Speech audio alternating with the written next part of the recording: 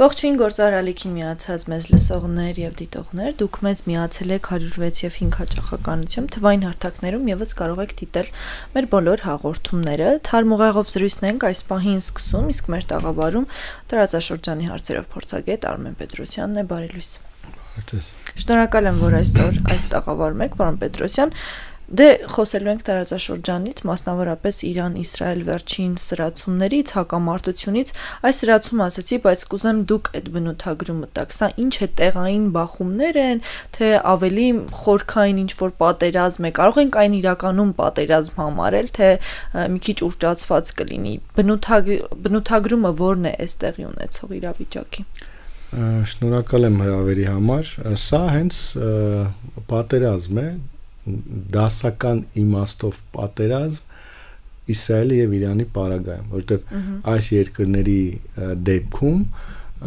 պատերազմը երևի թե այլ տեսք ստանալ չէր կարող, քանի որ նրանց միջև չկա ուղիղ ցամաքային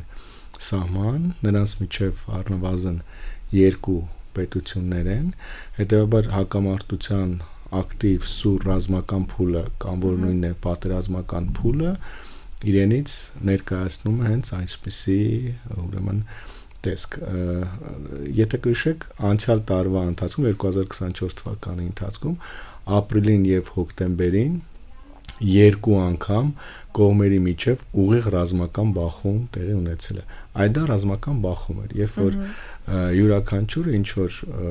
ճակերտավոր պատժիչ եւ պատասխան գործողությամբ իրար հետ հարաբերություններ են բարձում, բայց դա մեկ անգամյա գործողություններ են։ Սա արդեն շարունակում այս գործողությունը արդեն շարունակում է 4-րդ օրը եւ լայնամասշտաբ գործողություն է, հետեւաբար պատերազմական գործողություն է, քանի որ այլ եղանակով կողմեր իրար դեմ չեն կարող պատերազմել։ Իսկ պատերազմական գործողությունները ինչպիսի եղանակով են ընթանում Իսրայելի պարագայում, ընդհանրապես այս երկրների պարագայում պատերազմը հենց պետք է լիներ հերավար ուրեմն կարգով, այսինքն հերահար կարգով, այսինքն այո, յուրաքանչյուրը գործադրելով իր ուրեմն ազդեցության տակ եղած գործիքները։ Այս շատ են այս ընթացքում ասում պարոն Պետրոսյան, որ այ տեսեք, փաստորեն Իրանի այն ուժն էլ, որի մասին այդքան խոսվում էր, որ շատ գերհզոր պետություն է, շատ այսպես լուրջ պետություն է եւ իրեն նման իրավիճակի հասցնել դժվար կլինի, այդ ամենը միֆականերում միշտ համեմատական է անցկացվում Հայաստանի հետ, ասելով, որ մենք էլ էինք մտածում, որ 20 թվականից առաջ մենք պատրաստ ենք ամեն սցենարի, բայց 20 թվականին պարզվեց, որ ոչ մի բանի մենք իրականում պատրաստ չենք։ Կարող ենք այդ համեմատականը ճիշտ համարել եւ արդյոք իսկապես Իրանի մասին պատկերացումները այն չէին, ինչ իրականում կա հողի վրա։ Ես չեմ համաձայնի այդ գնահատականին, ասեմ թե ինչու։ Որովհետև ասել, որ Իրանը չէր պատրաստվել պատերազմին, սխալ կլինի։ Ընդ որում տևական ժամանակ է պատրաստվել է պատերազմին, 10 տարիներ շարունակ է պատրաստվել պատերազմին։ Պարզապես Իսրայելը շատ ճիշտ գնահատելով աշխարհաքաղաքական իրավիճակը, տարածաշրջանային իրողությունները, ինքը գրագետ կերպով իրականացրեց իր գործողությունները փուլ առ փուլ։ Սկսած 2023 թվականի հոկտեմբերից, երբ որ Գազայում սկսվեց պատերազմը։ Ես հենց այդ մասին եմ խոսում, այսինքն յուրաքանչյուր այս հակամարտության տրամաբանության մեջ ուներ իր գործիքները։ Տվյալ դեպքում ինչպիսին են Իրանի գործիքները, հերթով գանք։ Իրանի գործիքները հետևյալն են։ Առաջինը բնականաբար սեփական հրթիռաշինական ուրեմն ներուժը, այն հերահար հրթիռները, որոնք կարող էին հասնել ընդհանուր մինչև Իսրայել եւ թիրախավորել ըստ ընտրության անհրաժեշտ թիրախները, օբյեկտները, այո։ Սա առաջին հենց Իրանի ներսում եղած ներուժներ։ Դա այս գործիքը բնականաբար ավելի էր զորեղացնելու, եթե Իրան ունենար միջուկային մարտագլխիկներ։ Այս սրանով է պայմանավորված, որ Իսրայելում կային լուրջ մտավախություններ, որտեղ մենք տեսնում ենք, չէ՞, ինչպեսի չնայած ոչ այդքան դիպուկ, բայց այնուամենայնիվ խոցումներ լինում են, հատկապես քաղաքացիական ենթակառուցվածքներ։ Իսկ հաշվի առնելով Իսրայել պետության տարածքի եւ սահմանափակ լինելը եւ բնակության բավականաչափ խիտ բնակեցված լինելը հասկանում եք ընդհանրապես 20000 մի քիչ ավել քառակուսի կիլոմետրի վրա նման կարգի խոցումներ են տանում միջուկային մարտագլխիկով դա առանց չափազանցության գուցե հանգեցներ այդ պետության վերացմանը սանով էր պայմանած որ Իսրայելը բավականաչափ զգայուն էր ուրեմն Իրանի հնարավորությունների նկատմամբ մյուս գործիքը պրոքսի դերակատարներն են պրոքսիներ Իսրայելի հարևանությամբ եւ նաեւ կարելի ասել Իսրայելի ներսում որոնք են այդ պրոքսի դերակատարները առաջինը բնականաբար լիբանանյան Հիզբալլահ խմբավորում որի դեմ Իսրայելը 2024 թվականի սեպտեմբերին իրականացրել սեպտեմբեր-հոկտեմբերին լայնամասշտաբ գործողություններ ամբողջովին գլխատելով այս կազմակերպությանը նրա ռազմական ներուժը մյուս առանցքային դերակատարը Պաղեստինյան խմբավորումներն են Համասը, Իսլամական ջիհադը, որոնց դեմ 23 թվականից է իրականացնում գործողություններ եւ հալի ասել փուլերում հասցրել ենք զրուցել քննարկել ենք այսինքն երբ որ եւ ես շատ լավ հիշում եմ երբ որ խոսում ենք այդ մասին եւ նշում եմ որ բացի ուղիղ այդ գործողությունը ինչ որ խմբավորման դեմ դա երկրորդական ուրեմն հարթությունում հարված է Իրանի տարածաշրջանային դիրքերին երրորդ ամենակարևոր գործողությունը կարելի է նշել Սիրիայում տեղ ունեցած իշխանապողությունը դա ես էլի լավ հիշում եմ ձեզ մոտ խոսում ենք դա էլի հիմնական վերագրվում էր Թուրքիային բայց ես մշտապես նշել եմ որ Թուրքիայի աջակցությունը վայելող այդ խմբերը այսինքն ներկայիս ուրեմն իշխանությունները Սիրիայում իրենք չեն կարող այդքան արագ հաջողել, եթե չլիներ տևական ժամանակ Իսրայելի իրականացած գործողությունները։ Նրանք հարթել են ճանապարհ, որպեսզի մի քանի օրում այդ խմբավորները կարողանան իշխանությունը վերցնել Սիրիայի տարածքում։ Այս ողջ ընթացքում, հատկապես վերջին 1-2 տարիների ընթացքում ամբողջովին ջախջախել էին Սիրիայի հակօդային պաշտպանության համակարգը, օդուժ ընդհանրապես գոյություն չուներ, հա։ Եվ սա հնարավորություն է ստեղծում այս բանի Իսրայելի համար առանց որևէ խոչընդոտ Սիրիայի եւ Իրաքի տարածքով, այո, հասնել Իրանի տարածք եւ լուծել իրենց համար խնդիրներ։ Եվ իհարկե արդեն վերջինը Պետրոսյան, եթե փորձենք այդ մասով մի փոքր էլ զրուցել, այ օբյեկտների թիրախավորումից նաև խոսեցինք, ինչ կորուստներ ունի միշտ պատերազմական իրավիճակներում, առաջնայդ փորձում ենք հասկանալ, թե կորուստների մասով ինչ խնդիրներ կան, կարծես թե Իրանը այնպես չի, որ լավ վիճակում է, այն նախորդ հարցին համակցելով նաև այս հարցը խոսենք թե կորուստներից, թե պատրաստվածությունից հետագա անելիքների մասին եւ թե մյուս մասով ինչ ձեզ հարցրեցի։ Դե եկեք շարունակեմ նախորդը, այո, հետո արդեն կշարունակեմ ձեր պատասխանեմ ձեր հարցին։ Ես այնուամենայնիվ ավարտեմ, բացի սիրիական իշխանությունները հիմա գամ բուն Իսրայելի ներսում, հատկապես արաբ ազգաբնակության շրջանում Իրանը կարողացել որոշակի գործակալական ցանց ստեղծել, այսինքն հիմա ամբողջացրեցինք Իրանի ամբողջ ուրեմն գործիքակազմը ընդդեմ Իսրայելի։ Հիմա գանք տեսնենք Իսրայելը ինչ ուրեմն հնարավորություններ ուներ։ Բնականաբար առաջին հերթին սեփական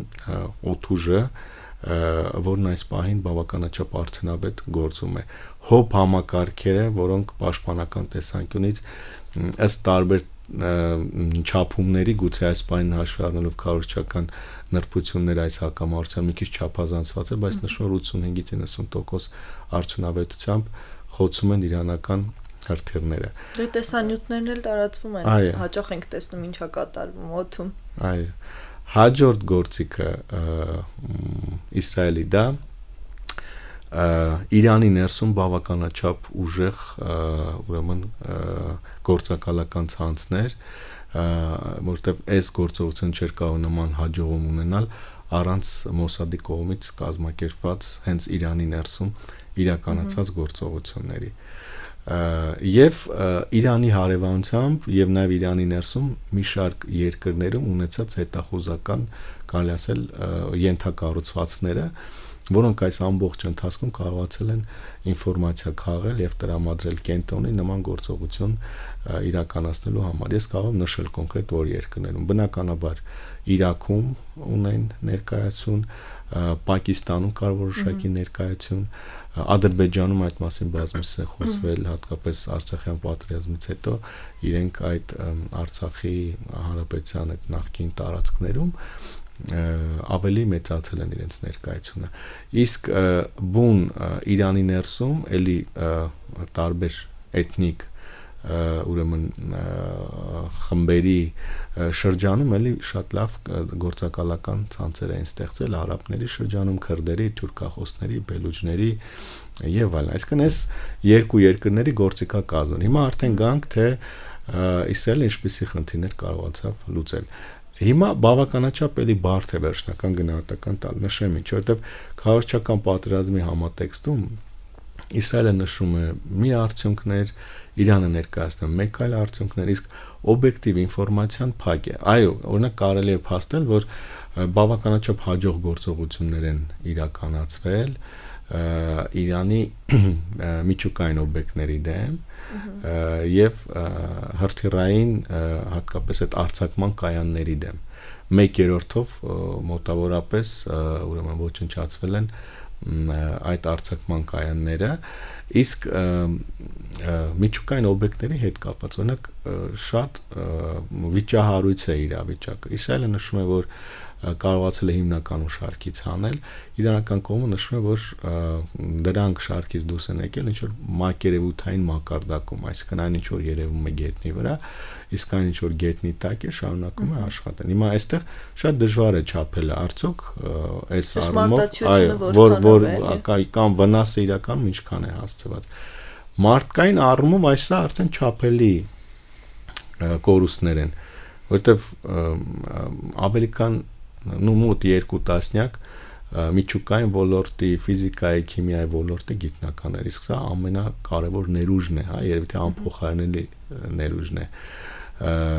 Էլի մի քանի տասնյակ ուրեմն ռազմական գործիչներ, սկսած ամենապատասխանատու պաշտոնյանից ԻՀՊԿ հրամանատարից, հա, հետախուզական կառույցներ, ոստիկանություն, զինված ուժերի գլխավոր շտաբ եւ այլն, հա։ Այս առումով սա այս հարցը մի փոքր լուծելի է, որովհետև շատ արագ կերպով ուրեմն շարքից դուրս եկած զորահրամանատարներին փոխարինողն են եղան, բայց օրինակ գիտնականների պահով խնդիրը շատ բարդ է, որովհետև երևի թե նրանց ներուժը անփոխարինելի էր, եւ այս պահին կան լրջագույն խնդիրներ։ Ենթակառուցվածքների մասով մենք տեսնում ենք, որ բավականաչափ հաջող գործողություններ իրականացում օդանավակայանների դեմ, իրականացում են գործողություններ այսպես նավթային տարբեր պահեստներ կարող ենք ասել կամ վերամշակման գործարաններ, ընդ որում երկրի տարբեր տարածքներում, այսինքն չկա հստակ կենտրոնացում թե որ տարածքներում։ Այս մասով էլի կարող ենք նշել, որ կա որոշակի հաջողություն, բայց վերջնական գնահատականներ տալու համար այս բանը բավականաչափ վաղ է։ Իսկ ինչքան կտևի։ Ձեր գնահատականը հաշվի առնելով այն ինչ որ այս պահին կատարվում է, տեմպը, արագությունը այս պատերազմի եւ ուր է գնում այս պատերազմը, մենք ինչքան ժամանակ կարող ենք աչքի տակ ունենալ։ 4 օր 15 ժամ 45 րոպե 28 վայրկյան։ Բնականաբար շատ բարդ է այս հարցին պատասխանելը։ Ես կարող եմ նշել այն գործոնները, որոնք կանգնեցնեն պատերազմը կամ ընդունակ են ազդելու ռազմական գործողությունների վրա։ Հիմա հերթով թվարկեմ։ Առաջինը բնականաբար կողմերի ռազմական ներուժն է, թե որքան կձգենք կարողանան ուրեմն իրականացնել իրենց լուծել իրենց խնդիրները եւ ինչն է կարևոր նրանց պատրաստակամությունը գնալու մինչև լուծելու իրենց խնդիրները։ Սա ամենակարևոր գործոնն է այս պահին, որտեվ այսօր ցավոք սրտի միջազգային իրավիճակն այնպեսին է, որ չկա որևէ ազդեցիկ դերակատար, որը երկու կողմերին կարող ասել դադարեցրեք պատերազմը եւ նրանք էլ կլսեն, այսինքն եթե դիցուկ անեն իրենք իրենցով ազդեցիկ են։ Այո, Իսրայելը առանց որևէ մեկի նայելու փաստացի տեսեք 2023 թվականից անում է տարածաշրջանում ինչ ուզում է, որևէ մեկը չի կարող կանգնեցնել նրանց։ Իսրայելի գործողությունը բացահայտ ագրեսիա է։ Ագրեսիա ինքնիշխան պետության դեմ եւ իրանական կողմից դա բազմիցս բարձրացնում եւ շատ հիմնավոր է, բայց որևէ միջազգային ինստիտուտ չի կարող կանգնեցնել, որևէ արտաքին դերակատար չի կարող կանգնեցնել, այսինքն պայմանավորված է հիմա եթե գամ էլի ձեր հարցին պատասխանելով, հա, քան դեռ Իսրայելը ունի խնդիրներ լուծելու եւ տեսնում է դրա հնարավորությունները, ես կարծում եմ ինքը գնալու է այդ ճանապարհով լուծելու առավելագույնս իր առջև դրված խնդիրները։ Մյուսը, էլի նույն կերպ որևէ մեկը Իրանին չի կարող կանգնեցնել։ Այսինքն, եթե իրանական կողմը իր առջև դրել է խնդիրներ եւ տեսնում է հնարավորություններ, այնպիսի ռազմավարական հարված հասնել Իսրայելին, որ մի քանի տարի Իսրայելից այլևս որևէ ձայն դուրս չգա տարածաշրջանի մասով, Իրանն էլ գնալու է իր խնդիրները լուծել, բայց այս պահին որքան որ հասկանում ենք, Իրանը նման հնարավորություններ չունի, այլ ավելի հակված է անգամ բանակցություններով ինչ որ խնդիրներ լուծելու, անգամ պատերազմը կանգնեցնելու։ Երկրորդ կարևոր հանգամանքը, որը էլի կարող է կանգնեցնել այս ակտիվ ռազմական փուլը, դա երկու երկրների ներսում հնարավոր զարգացումներն են։ Այսինքն եւ տեսնում ենք որ հատկապես Իսրայելն այդ ուղղությամբ ակտիվ աշխատում է, այսինքն փորձում է Իրանի ներսում հասարակական դժգոհություններ, ըմբոստություններ հրահարել տարբեր էթնիկ խմբերի, ինչ որ էլի գործակալական ցանցերի, ինչ որ խմբավորումների, թե ընդ որում իսրայելական աջակցության եւ թե տարածաշրջանային եւ արևմտյան այլ երկրներ, որտեղ մենք գիտենք որ տասնամյակներ շարունակ ունենք նույն Թուրքիան, Ադրբեջանը ունեցել են նման հովանավորյալ կառույցներ, Մեծ Բրիտանիան, Միացյալ Նահանգները, այս բոլոր երկրները Իրանի ներսում ունեցել են խմբավորումներ, որոնց հովանավորել են եւ նրանք այս պահին սկսել են ակտիվ ուրեմն քարոզարշավ իրականացնել վարչակարգի դեմ գործողություններ սկսելու։ Նույնն էլ կարելի ասել Իսրայելի պարագայում, այսինքն եթե Իրանը կարողանա տևական ժամանակ շարունակել խոցել Իսրայելի տարածքը, այսինքն ապակայունացնել այդ երկրի օր ու արև չտալ, այսպես խաղաղ հանգիստ ժամանակահատված օրվա ընթացքում չթողնել Իսրայելի հասարակությանը, ընդ որում ասեմ, որ Իսրայելի հասարակությունը այդ առումով շատ ավելի նվազ դիմակայուն է, քան իրանական հասարակությունը, այնտեղ այդ նյարդային հասարակության շրջանում, հա, այդ նյարդային ազդեցությունը, հա, շատ ավելի հաճախ է տեղի ունենում, օրինակ երբ որ ինչ որ գործողություն է լինում, մենք երբ որ կարդում ենք դրա օրինակ հետևանքները, ենթադրենք նշվում է 1-2 զոհ, ասենք օրինակ 15 վիրավոր եւ այսպես նյարդային կամ հոգեբանական հարցով աջակցություն այսքան մարդու, այսինքն այս առումով Իսրայելն ավելի խոց է, այսինքն եթե երկարատև ժամանակ կարողանա նման իրավիճակ Իրանն ապավել, չի բացառում որ Իսրայելի ներսում էլ սկսեն որոշակի դժգոհություններ, սա էլ հնարավոր տարբերակ է։ Եվ երրորդ այնուամենայնիվ նշեմ, ես որքան էլ նշեցի, որ այդքան էլ շատ հավանական չէ այս բանը, անհամեմն միջազգային դերակատարների ազդեցությունը, եթե օրինակ միջազգային ճնշումը մեծանա երկու դերակատարների միջև վրա եւ պարտադրվի նրանց արագ կանգնեցնել հակամարտությունը, սա էլ հնարավոր տարբերակ է, բայց դա որ դեպքում կարող է լինել, երբ որ օրինակ Ռուսաստանը եւ Միացյալ Նահանգների մոտ եւ իհարկե գումարած Չինաստանը նման տրամադրություն է, երբ որ տարածաշրջանում նման պահանջներ, Թուրքիան, Արաբական, դրա համար է նշում, որ այս պահին դա նվազ հավանական է։ Պարոն Պետրոսյան, միշտ ամեն անգամ նման դեպքերում եւ ձեզ հետ էլի ենք քննարկել, որ սրացումները միշտ պրոյեկտում ենք մեզ վրա, թե մեզ հետ ինչ կարող է տեղի ունենալ, նաեւ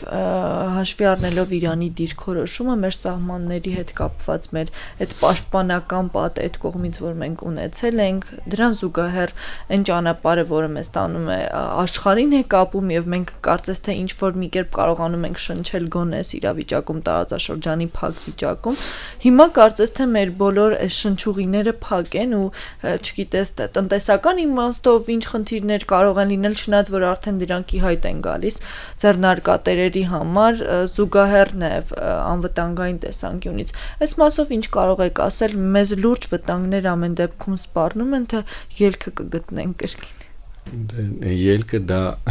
երրորդ սահման գտնելն է այս բան, որը քիչ հավանական է։ Ես Facebook-յան գրառում արել էի 2 օր առաջ, այսինքն գնահատելով այս բան եղած խնդիրները եւ հեռանկարային խնդիրները, դուք իրավացեք այս բան արդեն իսկ ունենք խնդիրներ, այսինքն վստահաբար այն ինչ որ տեղ ունենում դա ազդել է երկկողմ առևտրաշրջանառության վրա, տնտեսական ակտիվության վրա, դա միանշանակ այդպես է, սա կարճաժամկետ արդեն իսկ արձանագրվող խնդիրներն են։ Մյուսը բնականաբար Իրանի տարածքով, ուրեմն ինչպես դուք էլ նշեցիք, որպես հատկապես Պարսից ծոցի եւ նաեւ ինչու ոչ Արևելյան Ասիայի հետ կապվելու հիմնական կապ ուղի, սա եւս այս բանը չի կարող լիարժեք գործել, եթե չասենք որ գոնե վստահաբար չի կարող գործել, որտեղ կարծում որ բեռնափոխադրողները կզգուշանան այս բանին, ինչ որ ուրեմն գործունեություն ծավալել, քանի որ չնայած իսելը փորձում է մաքսիմալ թիրախավորել ռազմական օբյեկտներ, բայց այն որ իրավիճակը անորոշ եւ անվերահսկելի, դա միանշանակ է եւ որոշակի ռիսկեր պարունակում է։ Այս մասում մենք արդեն իսկ ունենք խնդիրներ։ Սահմանային մասով չեմ կարող ասել հիմա ինչպեսի իրավիճակ է, գոնե Հայաստանյան լրահոսին չեմ հասցնում հետևել, բայց կանխատեսում է որ իրանահայերի որոշակի հոսքայնամենը կարող է լինել եւ ինչու ոչ նաեւ Իրանի քաղաքացիները մենք գոնե տեսնում ենք դրան զուգահեռ նաեւ ասում էին որ իրանաբնակ ադրբեջանցիների հոսք կարող ենք նաեւ կանխատեսել ինչու այսպես շատ վատ մթնոլորտ է դե վախ ասեմ չգիտեմ վախնել այդքան ճիշտ բառ չէ շատ կանխատեսել ինչու որովհետեւ այդ տարածաշրջանում այսինքն հարևանությամբ Հայաստանի հարևանությամբ այդ շրջանները հիմնական թուրքախոսներ են այո բնակում եւ ասեմ որ ադրբեջանական ուղղությամբ կան նման հոսքեր արդեն իսկ նկատվում են որում եւ արտասահմանցիներ են դուրս գալիս եւ նաեւ կան թուրքախոսներ որոնք անցնում են ադրբեջանի հետ սահմանով ել եմ ասում հայկական մասով չեմ հասցրել ուրեմն ստուգել բայց տեսեք վստահ օրինակ կարդում կարծիքներ իրանահայերի շրջանում կան նման տրամադրություններ տարածում են կադրեր թե ինչպես Թեհրանից հատկապես մարդկանց մեծ հոսք կա եւ սա էլ ենթադրում է նաեւ Սպահանում որ մյուս մեծ համայնքն է այնտեղ եւս հարվածներ կան հետեւաբար կանխատեսել է որ այստեղից եւս հոսքեր կարող են լինել գալ Հայաստանի Հանրապետություն եւ պետք է պատասխանել նրանց ընդունել որովհետեւ այնուամենայնիվ դեռս անորոշություն կա եւ հստակ չէ թե ինչքան կտևի այս պատերազմը 1 երկրորդ արդյոք դա չի տեղափոխվի Իրանի տարածք եւ Իրանի ներսում ինչպես արդեն նշեցի Իսրայելը եւ նրա դաշնակիցները չեն իրականացնի վարչակարգի տապալման գործողությունից սա ենթադրում է տևական ժամանակ ներքին անկայունություն որը եւս այս խնդիրն ունենալու է այս հետևանքները կարող ունենալ հիմա արդեն գանք Պարոն Պետրոսյան, իսկ հետաքրքիր է, այ ասում ենք, որ Իրանը մեզ համար կարևոր հարևան է, մենք միշտ այսպես պատրաստ ենք եւ սպասում ենք իրենց կողմից որևէ աջակցության, որ մենք չենք տուժի մեր կողքին են այդ խոսակցությունները մշտապես են մեր մեդիադաշտում, բայց Իրանի համար հատկապես այս իրավիճակում Հայաստանը այսպես պաշտպանիչ պատ կարող է հանդիսանալ ինչ որ հարցում, արդյոք մենք պետքական, չգիտեմ, բառը ճիշտ ընտրված չէ, գուցե պետքական երկիր ենք Իրանի համար։ Շատ լավ հարց եք տալիս։ Ձեր հարցին պատասխանեմ եւ նորից վերադառնամ։ Այո։ Ես անդադար շեղվում եմ, որովհետև թեման բայց ասեմ, որ շարունակում եք, այսինքն ավելի բազմազանեցնում եք ձեր նախորդ հարցը։ Հայաստանը չափազանց կարևոր դերակատար է այս պահին, բայց եթե կարողանա լուծել ընդհանուր խնդիրները, իսկ ընդհանուր խնդիրները որն են, որոնց մասին որն է անցած 5 տարիների ընթացքում համեմատ հայտարարում են Իրանից, մենք էլ իրենց ասում ենք շնորհակալություն, որ աջակցում եք մեր տարածքային ամբողջականությունը եւ երկու երկրների միջև սահմանը։ Հիմա, քանի որ Իրանում ստեղծվել են լրջագույն խնդիրներ, Իրանի համար ստեղծվել են լրջագույն խնդիրներ, այդ պարտավորությունը եւ այդ խնդիրը մնում է միայն Հայաստանի վրա։ Այսինքն, եթե Հայաստանը ինքը կարողանա ինքնուրույն կերպով նաև այլ դիվանագիտական գործիքներով պաշտպանել սեփական տարածքային ամբողջականությունը երկու երկրների միջև սահմանն անխափան պահել դա արդեն մեծագույն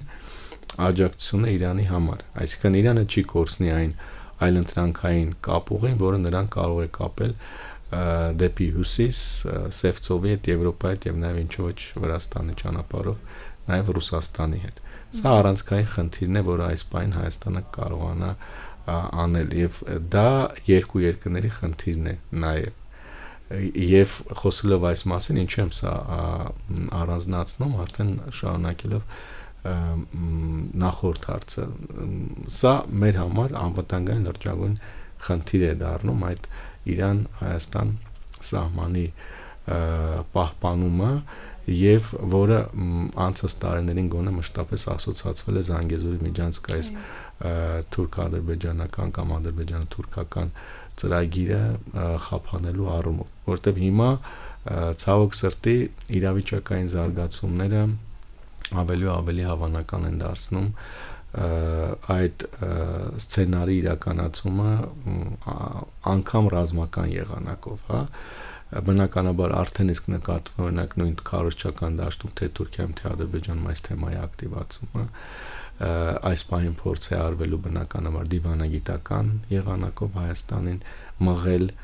գնալու ինքնուրույն այդ ծրագրի իրականացմանը այսինքն իր համաձայնությունը տալու իսկ եթե դա ուրեմն չհաջողի եւ Իրանում եւ Իրանի շուրջ process-ները շարունակվեն այս տրամաբանությամբ մեծ է հավանականությունը որ ուրեմն նաեւ ռազմական եղանակով կարող են ուրեմն այս ծրագիրը իրականացնել դա արդեն լրջագույն վտանգ է երկու երկրների համար այսինքն այս պահին մեզ համար ամենալրջագույն խնդիրը անվտանգային մարտահրավերը այն հիմնական հարցի կանխման հետ է կապված, որին ուղղված ջանքեր են գործադրել տարիներ շարունակ Հայաստանը եւ Իրանը։ Դա Հայաստանի հարավում Ադրբեջանի, Նախիջևանի եւ Թուրքիայի միջև նոր կապողու ապահովման ուրեմն կանխումն է, եթե դա կարողանանք անել։ Ես շնորհակալ եմ ձեզ զրույցի համար։ Հարցերը իրականում շատ են։ Մենք փորձենք նաև այս ընթացքում մշտապես ձեզ հետ կապի մեջ լինել։ Մեր եթերներում կարծում եմ ձեր ձայնը այս ընթացքում շատ կհնչի։